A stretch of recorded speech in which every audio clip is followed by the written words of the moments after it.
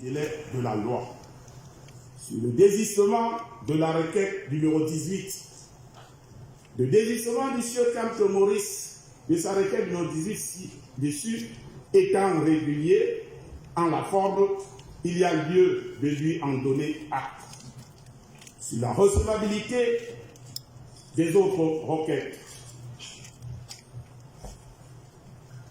au terme de l'article 129 du Code électoral, je cite, les contestations ou les réclamations relatives au rejet ou à l'acceptation des candidatures, ainsi que celles relatives à la couleur, au sigle ou au symbole adopté par un candidat, sont soumises à l'examen du Conseil constitutionnel par tout candidat, tout parti politique ayant pris part à l'élection ou toute personne ayant qualité d'agent du gouvernement pour la dite élection, dans un délai maximum de 2 jours suivant la publication du candidature. Fin de citation.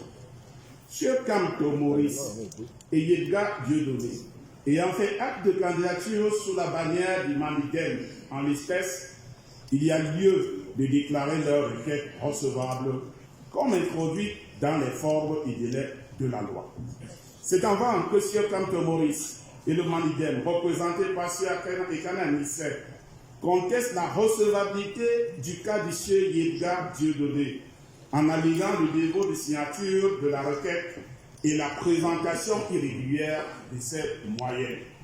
En effet, sur le défaut de signature du requérant, l'article 130 alinéa 1er du Code électoral dispose que, je cite, les contestations ou réclamations sont faites sur simple requête adressée au Conseil constitutionnel.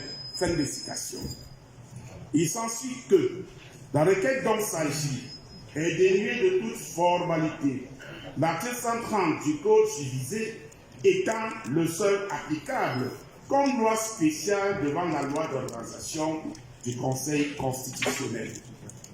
Sur la présentation irrégulière des moyens, l'article 130 alinéa 4 du même Code indique que la requête doit contenir l'exposé des faits et des moyens, dont l'ensemble des deux, contrairement à la loi organique de la Cour suprême, qui ne parle que du droit, en demandant que les moyens de cassation soient articulés et justifiés, la haute juridiction dont il s'agit étant juge de droit.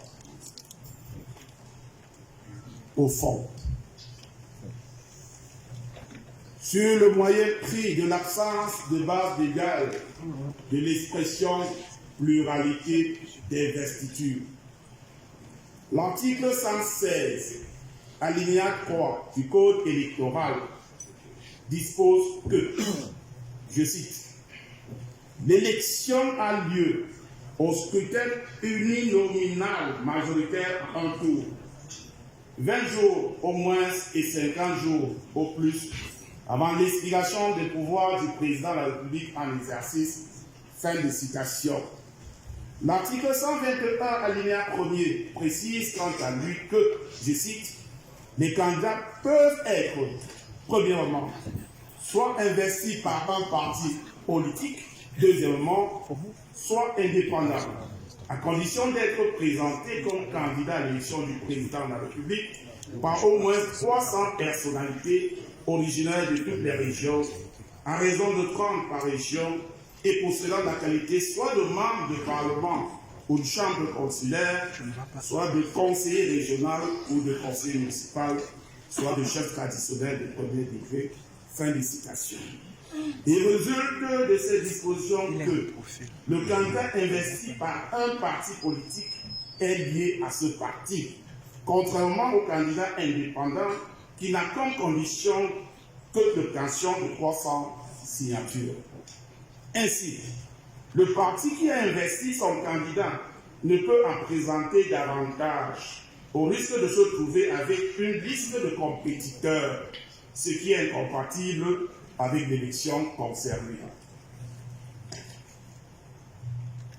Le Conseil constitutionnel a d'ailleurs appelé, dans sa décision numéro 32/SRCER/CC, rendue le 19 décembre 2019 dans l'affaire Union des populations du Cameroun contre les CAM, en précisant qu'un parti ne peut investir deux listes de candidatures dans une même circonscription. Position qu'il a confirmée dans sa décision numéro 08/CC/SRCER du 15 février 2023 dans la cause opposant les mêmes partis. Les décisions du Conseil constitutionnel qui s'imposent à tous en vertu des prescriptions de l'article 50 de la Constitution n'avaient pas besoin d'être rappelées à chaque occasion comme prétendent les requérants. Au surplus, les articles 127 et 128 du même code viennent comme pour clore le débat en précisant que, article 127, lorsqu'un candidat investi par un parti politique décède avant l'ouverture de la campagne électorale, il peut être remplacé à l'initiative de ce parti. Alinéa 2e, le remplacement visé à l'alinéa 1er ci-dessus n'est possible que si la nouvelle déclaration de candidature est déposée à la Direction générale des élections au plus tard le 20e jour précédent le scrutin. Alinéa 3e, les candidats indépendants ne peuvent être remplacés. Article 128. Si un candidat présenté par un parti politique est déclaré inéligible par le Conseil constitutionnel en publication de candidature, il peut être remplacé par un autre candidat proposé par le même parti politique. Ce candidat doit remplir les mêmes conditions d'éligibilité prévues par la présente loi. Article alinéa 2e, ce remplacement doit intervenir dans un délai maximum de 3 jours suivant la décision du Conseil constitutionnel. Il ressort également de ces dispositions qu'il ne peut s'agir que d'un candidat investi par un parti politique pour qu'en cas de vacances, il y ait lieu à son remplacement. De ce fait, il n'était pas nécessaire pour le législateur de formuler expressément l'interdiction d'investiture de plusieurs candidats pour l'élection concernée un parti politique. Dans le présent cas, le parti politique Manidem a investi 2 candidats, en l'occurrence le sieur Kamto Boris et le sieur Yedga Dieudonné. Ce faisant, ils enfreignent les dispositions législatives et jurisprudentielles inattaquables du Conseil repris ci-dessus.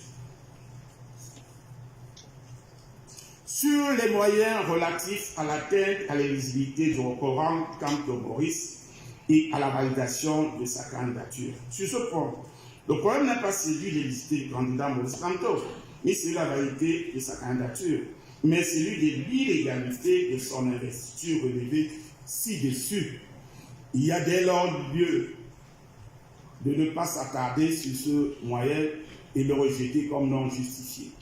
Sur le moyen pris de l'interprétation erronée de la volonté des partis soulevée par M. Yedga Dieudonné.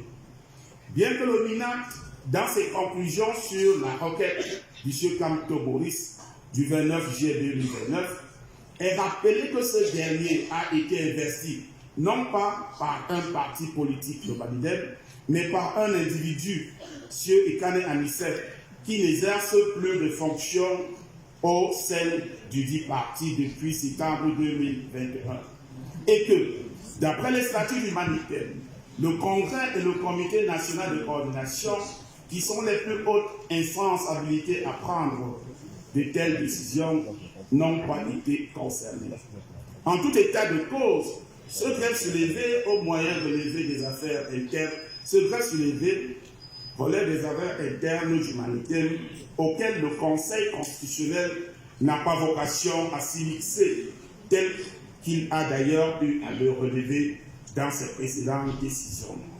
Au regard de ce qui précède, il y a lieu de rejeter également cet autre moyen et l'ensemble de requêtes comme non justifié. Je vous remercie.